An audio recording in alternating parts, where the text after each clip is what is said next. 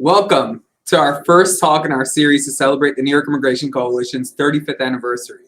I'm Murad Awawdeh, the Executive Director of the New York Immigration Coalition, and I'm joined today with Albert Fox Cahn, the Executive Director of the Surveillance Technology Oversight Project, otherwise known as S.T.O.P. S.T.O.P is an advocacy and legal organization fighting against mass surveillance and highlighting the discriminatory impacts of surveillance on immigrant communities, Muslim communities, the LGBTQIA community, and BIPOC communities at large. Albert and I met over 6 years ago and began working together during the time of the enactment of the Muslim ban back in 2017. We've had many conversations at that time around the discriminatory impacts of post 9/11 surveillance on Muslim Americans, immigrants, and communities of color. So when Albert told me he wanted to found S.T.O.P and become an NYIC member, I obviously was thrilled. Albert and S.T.O.P have been at the forefront of the movement to protect privacy for immigrant New Yorkers, litigating and advocating to abolish systems of mass surveillance. Today, on the 21st anniversary of the U.S. PATRIOT Act, we're sitting down to discuss the impact of this bill and what it's done to immigrant communities across the United States. Only 45 days after the horrific September 11th attacks, the PATRIOT Act was passed under the guise of preventing terrorism and protecting national security. In actuality, what it did was dramatically curtail civil rights of Americans by expanding the spying capabilities of law enforcement and other government agencies. Thanks for joining me here today, Albert. How are you doing? I'm doing well. Thank you so much for having me, Murad. And congratulations again on the 35th anniversary of NYIC. It's an incredible milestone, especially when you look at the tremendous track record of the organization, and really proud of everything you have been doing there to push back against these sorts of abuses. Well, thank you. And thank you for being one of our amazing 200 members here in the state of New York, and for the work that you all are doing, really championing our communities in this arena. So let's just jump right into it. Help us understand the sheer amount of digital surveillance occurring here in New York today, and what does the surveillance web look like? Yeah, it's a bit of a dystopian nightmare at this point. A constellation of tracking tools that can monitor nearly every moment of our lives, whether it's the data collection about how we ride the subway using systems like Omni, whether it's using the tens of thousands of cameras the NYPD has access to monitor where we walk in public, using tools like facial recognition. We see social media becoming the long arm of the law, our data, our posts being harvested to track these once private moments. And we're quickly approaching a New York City that just fundamentally is unrecognizable. We both grew up in New York, and we both grew up in a very different New York.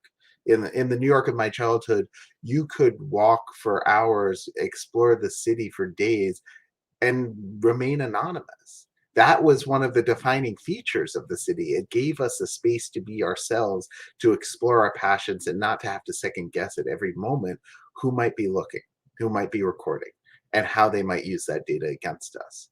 But at this point, whether it's through the public sector surveillance systems, whether it's harvesting social media data, or whether it's the tracking devices we have in our pockets called cell phones, increasingly we live in a city where nothing is private and where no moment is protected from the threat of government surveillance. Thank you.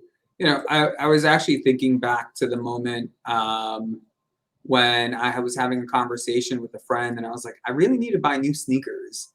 And then automatically all my ads on my phone, on other social media platforms, were about purchasing sneakers. So it's just funny to see how this web actually impacts our daily lives. What does it mean to be surveilled, and like how deep does it go? Well, I mean, when it feels like the companies that are monitoring our behavior to sell us sneakers, to sell us other things, can tap into our private conversations, that's creepy. I mean, it sends chills up your spine. But we know that the danger is far more pronounced than that, because that same data can wrongly lead to an FBI SWAT team battering down someone's front door. It can mean seeing undercover officers being placed in community groups, targeting them for nothing other than their faith. And it can mean creating a massive chilling effect, this deep fear that causes many people to choose between exercising the rights we have as New Yorkers, as Americans, under our Constitution, or to simply give up a few of those rights in the hopes that we'll go unnoticed and have a bit more safety.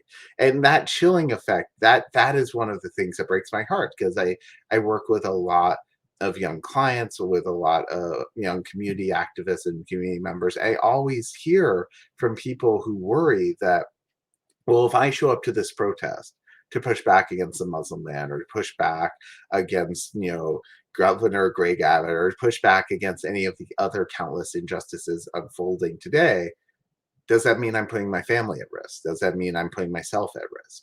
And when we do that, for maybe some of the more privileged amongst us, there isn't that, fear that somehow we'll be targeted for exercising our voice, but particularly for undocumented communities, for Black and Latinx communities, for BIPOC communities more broadly, for those who have been targeted systematically by law enforcement for generations, the risks are far different. And I just fear that surveillance will amplify the threat that NYPD violence and police violence more broadly has always posed to New Yorkers who raise their voice up against dissent. But I mean, this. It's creepy. It's beyond. It's just awful. Like, you must feel it, a bit of it every day, whenever you see the cameras or see these systems that are tracking us. Yeah, no, absolutely. And I think I'm actually thinking back to when one of our member agencies, our American Association, was part of, being surveilled as part of the NYPD's mass surveillance of the Muslim community post 9/11, and actually like trying to infiltrate and having documents that showed their infiltration, not just in the nonprofit that was actually serving the Arab and Muslim community at the time, but also the mosques across Bay Ridge and Astoria. And they were pretty much employing informants, or otherwise known as crawlers, to get into the mosques and the coffee shops to understand what threats there were. But the only threats that they actually uncovered, which were none, were where is the best place to eat Middle Eastern food, or getting good sweets, which then led to making sure that that program specifically got ended. And while it continues in a different name under a different team, it's not as widespread as it was back when they were doing it under the Bloomberg years. And one of the first things that at the time the Mayor de Blasio's administration did was say that they were going to stop that unit, but then it just came back as another name. Yeah. I know we're going to delve into the PATRIOT Act mainly, but I think it's so important to emphasize what you were saying about this program. So this was called the Demographics Unit. It was an NYPD program, and people might think we're talking in hyperbole or exaggerate, but literally the purpose of this program was to map out where Muslim individuals lived, block by block, to figure out where Muslim schools were, where Muslim businesses were, where mosques were, to truly map out religion's activity, simply to treat that religion as a threat. And, as you said, it's not that this didn't lead to many arrests. It's not that it didn't lead to a ton of prosecution. It never gave us a single credible tip. And that's one of the most infuriating things about the post 9/11 surveillance nightmare. We see all of these technologies and surveillance tools and surveillance practices that are shredding the Constitution, but never actually give us anything in return. Well, except for maybe a few good falafel tips. Yeah. And, I have to disagree with some of that unit's assessments on where the best sweet shops are. I'm not going to mention it here, create more beef within the community, but just noting that even their taste was a bit off. So just going into this conversation, what was the state of surveillance prior to September 11th? Yeah, surveillance in New York goes back as far as we've had a police department, back before New York City even existed. In the colonial era, we had what were called lantern laws, which required Black and Indigenous individuals to hold a lantern on their body whenever they left the house, simply because the colonists were afraid that groups might gather and rebel against colonial white supremacist control. And that, technology certainly faded, but the mindset didn't. And so we saw explicitly racist units targeting Black organizations in the 20th century, so called Black squads. We saw so called red squads that would target anarchists and left wing organizers.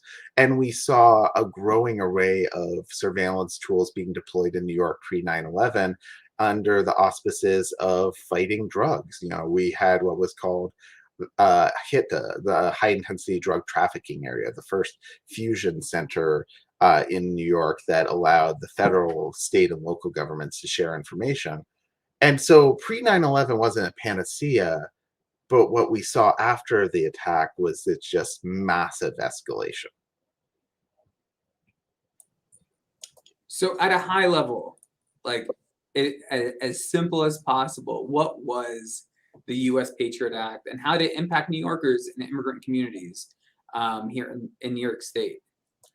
Yeah, so the Patriot Act, a lot of the provisions of it were created long before 9/11. So this was essentially an intelligence community wish list that was pulled off the shelf and passed, 45 days after the attack. Some of the most important provisions were Section 215. This is something that allowed the government to have expanded power to, obtain records held by a third party, that basically to take all the data that was held by telecom providers and other online services, because in a digital age almost no one holds on to their own documents. We all have them we all have them resting in someone else's servers. There's Section 213, which allowed broad powers to conduct secret searches on private property without notice to the owner, something that was anathema under US law until that point. It expanded the power of the FISA court, the Foreign Intelligence Surveillance Act court.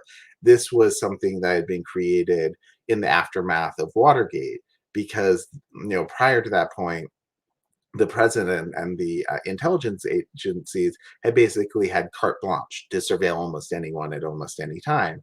But after the Nixon abuses were revealed, Congress responded by putting FISA in as a very minimal guardrail.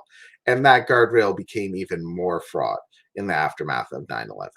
And lastly, there was Section 214, which allowed for the government to collect more address information about our communication. So this isn't the content of what you're saying, but information about who's speaking to whom, and sort of like reading the outside of the envelope when you're looking at someone's mail, albeit with far more information than you could ever get from a traditional letter. And in terms of how it impacted New Yorkers, it enabled the culture of NYPD surveillance we talked about. It enabled broad, counterterrorism surveillance that oftentimes was targeted at religion, not at terrorism. And we saw, programs like the demographics unit being enabled by this, and we saw broad partnerships through, Joint Terrorism Task Force and more fusion centers. So basically, New York became the focal point, the testing ground for so much of the expanded surveillance powers that we saw being deployed nationwide. I mean, what about you? Like, when you think back to that time, you lived through it, you were here, you were in the community. What do you remember the impact being in terms of like the Patriot Act when you hear that name? I think it brings me back to a time like immediately after September 11th, where there was just like a incredibly heightened sense of like grief because of everyone who's mourning what had happened, but also this incredible anxiety of what's to come, right? And understanding that things were going to change, that this was a moment that we were going to read about in the history books in years to come. And quickly after that, we saw the Patriot Act happen, but also we saw the creation of the Department of Homeland Security, right? And that also goes hand in hand with um, part of the Patriot Act and how surveillance actually moves into, the immigrant communities through that agency now. So I think this is a great segue to like, what's the legacy of the Patriot Act, and what's it been for immigrant communities here in the United States? Well, I think it fits hand in glove with the broader criminalization of immigration in the United States. This transformation of immigration from being a question of who has what status to using, militarized police to enforce these are often arbitrary restrictions. And I think that, certainly the Department of Homeland Security and their role in the surveillance apparatus has been a key legacy of the Patriot Act because, in the prior times, you never had this emphasis on partnering local and state police to provide intelligence to DHS and to ICE in particular, the way you do to this day. And I should note that even self-proclaimed sanctuary cities continue to enable this sort of data sharing. Here in New York, we continue to see NYPD officers that work with components of ICE, Homeland Security Investigations, HSI, as part of information sharing agreements and part of these task forces.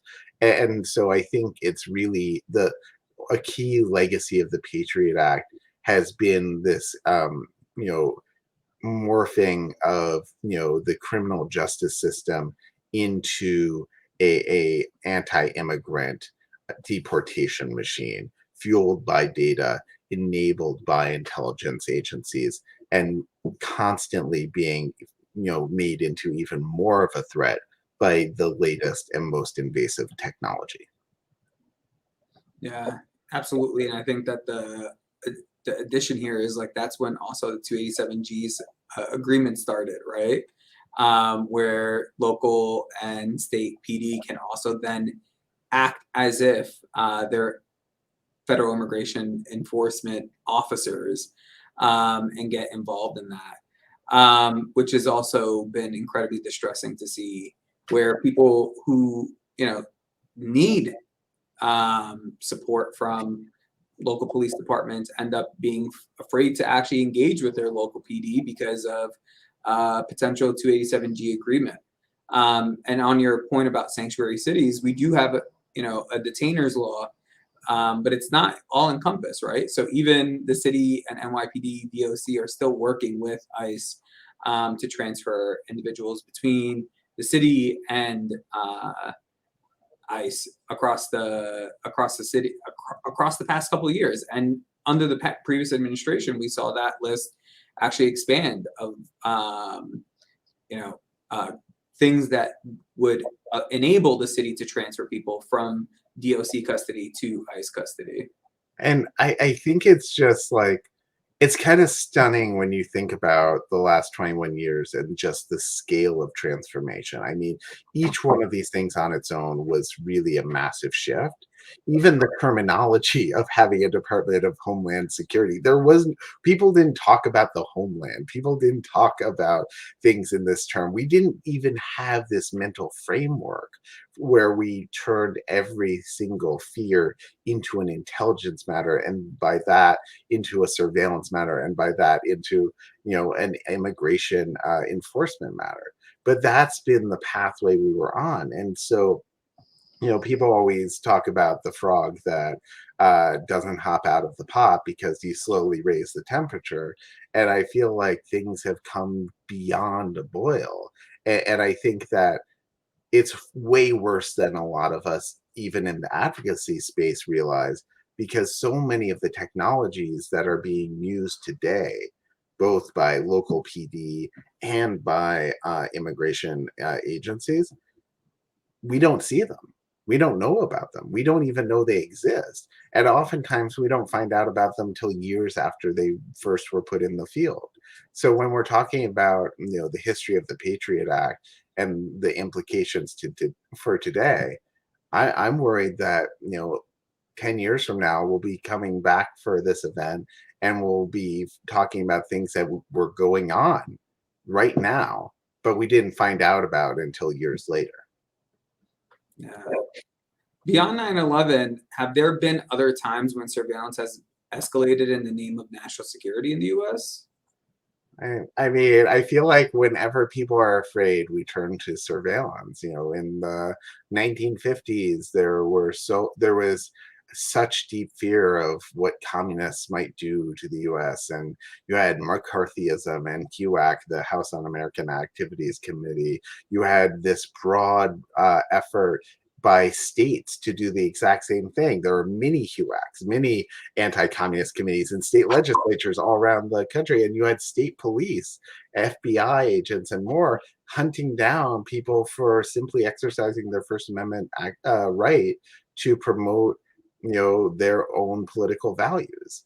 And we've seen it during times of war, such as the broad expansion of surveillance during World War II and during World War One. We saw surveillance being deployed to target Japanese Americans in massive numbers during World War II as part of the historic crime of the Japanese internment, when more than 120,000 Americans were imprisoned by our own government simply for the crime of their ancestry, oftentimes identified using the analog surveillance technologies of the day, things like the US Census, which is why today it's illegal for law enforcement to access that same census data. So I do think this is a recurring history. And I deeply fear that if we don't learn from this episode with the Patriot Act, if we don't see the ways that it not only undermined civil rights, but failed to actually help us, failed to actually prevent the sorts of harms it claimed to stop, that we'll keep making the same mistake. And if there were, God forbid, another attack tomorrow, I have no idea what absurd surveillance solutions we'd hear peddled by the law enforcement community. I just know that they would be terrifying. I mean, when you think back on the history of all of this, Murad, are there other examples that come to mind for you? Other examples of this for me, I go back to McCarthyism, right? And the hearings and how much of a fluke they were, but specifically in the targeting of people, and how situations that end up in like a really unfortunate circumstance, and what should be seen as a tragedy tend to end up becoming there's always going to be a scapegoat community in that situation. And post 9/11, that became the Muslim community at large. And in addition to that, we saw, during the mass racial justice rallies that were happening over the past couple of years, a lot of activists were being surveilled and like tracked. It wasn't just surveilled, right? It was also being tracked. So I think for me, that has nothing to do with, fighting for justice does not equate a national security threat unless national security means you have to continuously have systems of oppression, literally hammering into people that, we're going to keep forcing injustice down your throat and you can't do anything about it. But I don't think that's I don't think that's a departure. I think that's the norm, because as long as we've had the intelligence state, we've seen it treat those who dissent and those who call out for justice as a threat. Like you said, during the historic BLM movement in 2020 and the campaigns for racial justice, we saw almost every single tool that had been purchased in the name of combating terrorism being targeted at protesters. We saw drones being flown over major cities. We saw facial recognition being used allegedly to target a major protest leader here in New York, Eric Ingram, who not only was targeted for arrest for using a bullhorn at a protest, targeted for arrest just for a bullhorn, but then he had his entire block shut down by officers. Like, it was a clear pattern of abuse during 2020. But then you look historically, and every time we saw a major civil rights movement in the 20th century, we saw the intelligence community there in the shadows, listening, targeting them as a threat. Whether, most notoriously, the FBI's sustained campaign against Martin Luther King Jr., even going so far as trying to uh, pressure him to commit suicide at one point. These things sound beyond belief, but it truly is the nature of how the intelligence community has acted, prioritizing stability and muting dissent in the name of a democracy that they actually are sabotaging. And with that, I'll get off my soapbox. No, I hear you. And then one thing that I do want to note is how this surveillance technology is used in a haphazard way, specifically targeting Black and brown bodies, right? Had the insurrectionists actually been successful, what would have happened that day, right? And I think with all the technology that we are discussing, right? Like, and all the tactics that have been used against actual campaigns fighting for justice, not to defend a demagogue who was a bigot and a xenophobe to steal an election, which in other words would be treason, in any other context, except since, the vast majority of the protesters were white folks. And they were met with little to no pressure from law enforcement and were able to do what they did on January 6th with little to no repercussions. Yes, there's been a handful of prosecutions, but at the same time, had that been a different crowd, it would have been a completely different situation that would have unfolded. Oh, completely. And I think this gets to one of our core messages at Stop, that surveillance isn't safety, because surveillance is sold to us as this way to prevent violence.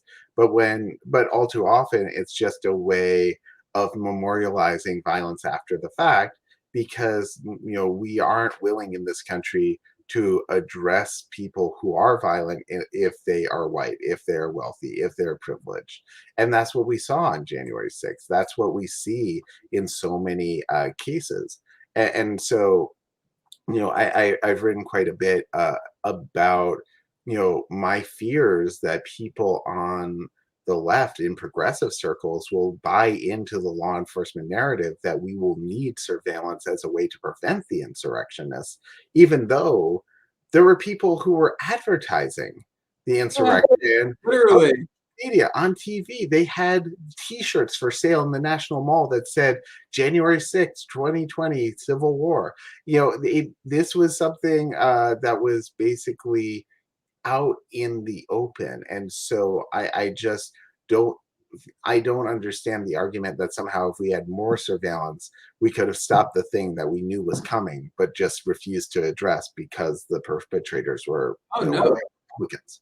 The technology allegedly is there, right? Like that's what they have always said, and that's why they need it to surveil domestic issues. Specifically, the largest threat in the United States is domestic white nationalism, right? And that is getting little to no actual traction within law enforcement because it doesn't make sense to them to do that when they continuously over policing and over investigating, over surveilling Black and brown communities across this country, right? And not just nationally, in New York specifically. So we don't have many insights to just how targeted and biased the NYPD surveillance was. But, the NYPD's Office of the Inspector General released a report on this back in 2016. And they found that in the intelligence communities, in the intelligence cases that they reviewed, 99% of them, 99, were targeted, or sorry, 95% rather, almost as bad, were targeted at Muslim individuals and institutions. 95%. At a time when right-wing extremists and white supremacists were responsible for the majority of terror attacks in the United States. So this has been a persistent failure, an intentional failure by the NYPD throughout the history of its intelligence work. And when you see the number of former NYPD officers who are at the Capitol, it's hard to think it's a coincidence. Yeah, absolutely. What do you like? What do you say to people who feel that like surveillance is inevitable because of how far we've come with technology and how dependent we become on technology? And those who say, well, if you're not doing anything wrong, you should have nothing to worry about. I mean, Edward Snowden has a famous line that if you, that's like saying you don't need a First Amendment right because you have nothing worth saying. The truth is that having a having protection from being tracked at any time for any reason, that is not something that is about hiding something. That is about having the openness that is necessary for democracy itself. When we give every officer a mini spy agency in their pocket, it's something that is used in all of these biased ways. It's used to, terrorize BIPOC communities. It's used to target Muslim communities, but it's also used in all sorts of other ways. We see officers all the time being charged with illegally deploying these surveillance tools.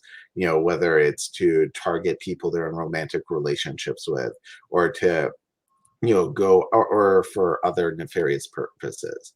You know, Power corrupts. Absolute power corrupts absolutely, and surveillance is about as corrupting an influence as you can have on a democracy.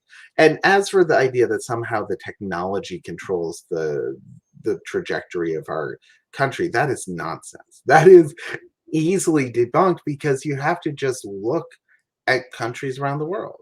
The same surveillance technology is available for sale in every single country. The technology is there, but we see so many countries that have chosen a different path, whether it's the robust privacy protections under Swiss law, or Sweden's effort to block police from accessing automated license plate readers, whether it was the broad-based pushback in Singapore against police using COVID-19 contact tracing data. These aren't technological decisions, they're political decisions, and we get to decide it every time we go to the ballot box. I just think that it can become all too easy for people to give up because they think the technology has charted our course, not realizing that things are actually set to get so much worse. This is a great opportunity for us to do. November 9th is election day. Everyone should go out and vote. You have almost every level in the state up on the ballot, from governor down to assembly and senate. Your U.S. senator and congressional members, make sure you go out and vote. Back to our regularly scheduled programming. What are some of the most egregious or most dangerous and unconstitutional emerging technologies that you see being used by NYPD, ICE, or other agencies within DHS? Oh, I mean, it's really hard to pick, and like almost all of them, even when when they seem not that bad, are used in ways that are deeply problematic. Facial recognition is used even though the algorithms are racist. They're more error prone, particularly for Black women. It's highly invasive and can really track people persistently throughout a city. It's unconstitutional in my opinion. Other than that, it's fine. And you see it being used thousands and thousands and thousands of times a year by the NYPD. You also see it being used more and more by ICE. We see also these novel legal tactics. It's not always just about how the technology changes. Sometimes it's also about how the legal system interacts with that technology. So one example is something called a geofence warrant. A traditional warrant, you go to a judge, you say, hey, Your Honor, I have probable cause that Murad's up to no good. Let me get a warrant to get his information. And the judge gives you a warrant, and then you're on your way.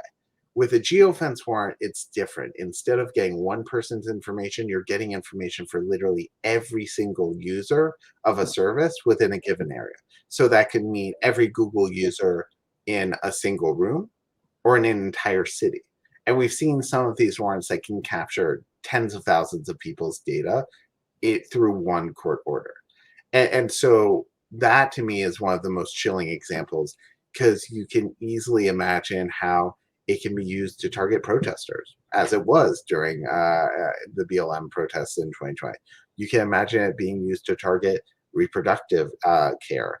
You can imagine a geofence warrant that just targets a specific, Planned Parenthood clinic. But you can also imagine it being used to target religious communities, to target a mosque out for Friday prayers, or to target, different hubs of immigrant communities.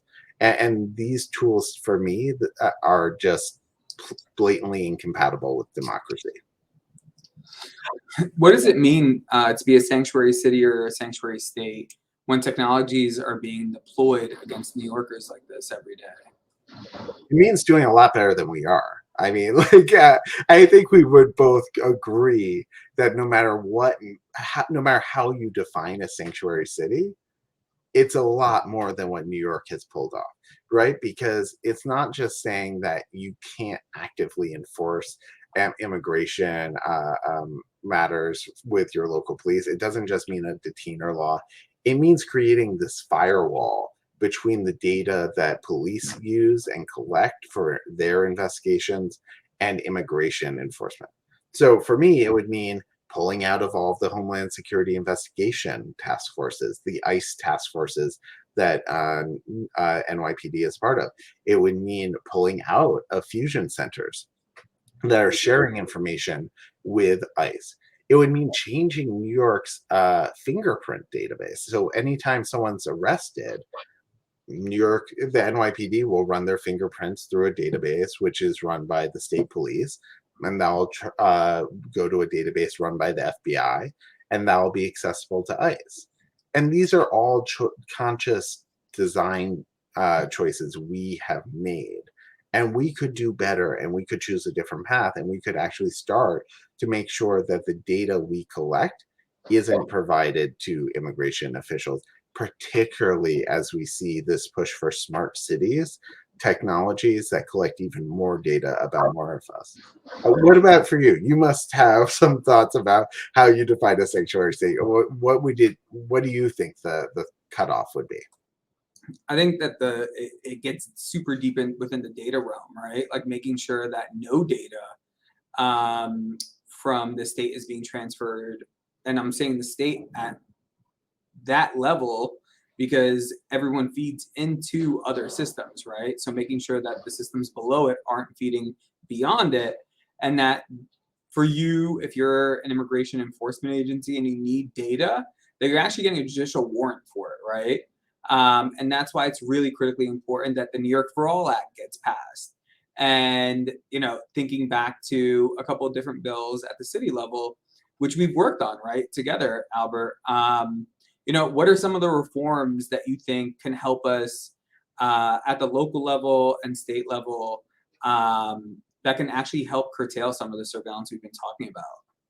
Well, a lot of the technologies that we're talking about, they are only legal because our state and our city allow it, and they could be outlawed tomorrow if we chose. So, yes, passing New York for all and banning our government here in New York from sharing information with ICE. But going further, banning things like geofence warrants that are so often targeted against, which are so ripe for being targeted against, protests and, abortion access, banning things like police purchases of data, banning, some of the broader tools that are used to monitor social media, banning facial recognition and beyond. There are literally dozens of technologies that are being deployed in our name almost every single day that are either biased or too invasive to be constitutional or just a waste of money. And I think that for far too long, elected officials have been, really asleep at the switch. They haven't been willing to stand up to the NYPD that when these tools are used. And so I think that it's long past time that we move forward with a lot of these bans and start to really make clear that in a democracy, it's up to the elected officials, to the public, not to the police to decide which surveillance tools we use. So I know we have a limited amount of time, but I do have a question that I think is interesting. from the audience asking if we can talk about more about the increasing surveillance, which actually doesn't keep communities safe, and how that connects to the state drumming up this notion of rising crime and then using it to justify increases to police departments. And I would add other networks associated with police departments, right? And I'll let you answer that question, but I just wanted to get a quick jump into it in saying that, you know, this also goes back to this really a national trend of increasing, like, and not even increasing in significant levels, but like crime being on an uptick in across the nation, right? And looking for different ways to stem the progressive movement that actually delivered critical wins to really ensure that our communities were not being harmed by the systems that were inherently racist, right? And bail reform was a key piece of that. And that ended up becoming this lightning rod issue, as if pre-detention, the whole purpose of bail is actually to get people to come back to court, not necessarily anything else. No one at that point is convicted of anything and has not had their day in court. So to hear people talking about undoing the reforms or putting in the hands of judges even more power is always distressing to me, because that's what we had before and it was being abused, right? People were being held on egregious bails that they could never have met, and pretty much languished in local prisons like at Rikers Island. So I think for us to really talk about quote unquote rising crime, we have to talk about what are the socioeconomic impacts that we want to address in this moment so that we can actually stem everything so that people have what they need to succeed and to thrive in their lives. And I think that the increased use of surveillance, be it on the subway, be it through other means on the street, it's not actually stemming anything. We've had the highest police budget here in New York City just passed. Even more additional dollars are coming in from the state. More police on the subways, more police everywhere pretty much, and more surveillance. And that doesn't actually, that has not, you know, to people's counter arguments, like we need more police, we need more of this, more cameras. But that's already been done this year. And we're seeing that folks who actually need real supports are not getting it. And that's leading to incidences in the public realm. But I'll kick it to Albert to see if he has anything to add. Yeah, 100% agree with all of that. And let's be clear, cameras are about perception, not reality. We've seen since, London first experimented with their so-called Ring of Steel, thousands of cameras deployed in the 80s and 90s as a public safety measure, that cameras are great at capturing images of violent crime that make people feel less safe when they're seen on the evening news or on the tabloid covers. They're great at giving politicians a PR stunt that they can point to as finding a quick fix for systemic problems. But they're terrible at actually deterring the very crimes that they're supposed to stop. That's why we keep saying at S.T.O.P, surveillance isn't safety, because it is simply this self-destructive feedback loop where the more cameras we have, the more we feel unsafe, the more crimes we capture, the more we can highlight this for the evening news, but the less we're able to actually stem the tide. And it's just been a deeply frustrating thing to see elected officials get up on TV and say, you think Big Brother is watching? Good. No, Big Brother was meant as a caricature of all that was wrong with surveillance and authoritarianism. It is not a model for public safety, and it's certainly not a model for any city I would want to live in. All right, we're at time, but I have one final question for you. What S.T.O.P's top legislative priority between now and the 22nd anniversary of the Patriot Act? All right, I can't choose just one, so I will cheat and go with banning facial recognition and ending geofence warrants. We have bills both in New York City and New York State that will do just that. And if folks want to learn more about that, they can check out our website at stopspying.org. Not the most subtle branding. And also, if you want to join us in saying surveillance isn't safety, we actually have a t-shirt sale right now at bonfire.com/stopspying, trying to get that message out there that the cameras are a distraction, not a real protection. Well, first, thank you so much, Albert, for joining us today. And thank you all for streaming and joining us virtually to learn more about this critical moment in time and making sure that we're all stepping up in different ways. And a way you can do that is by following us on social media. It's in the streamer on the bottom. All of our channels are at the NYIC. And you can also follow Stop at Stop Spying New York. NY, I believe. Stop Spying. It's scrolling back around. Stop Spying NY, yeah. Stop Spying NY.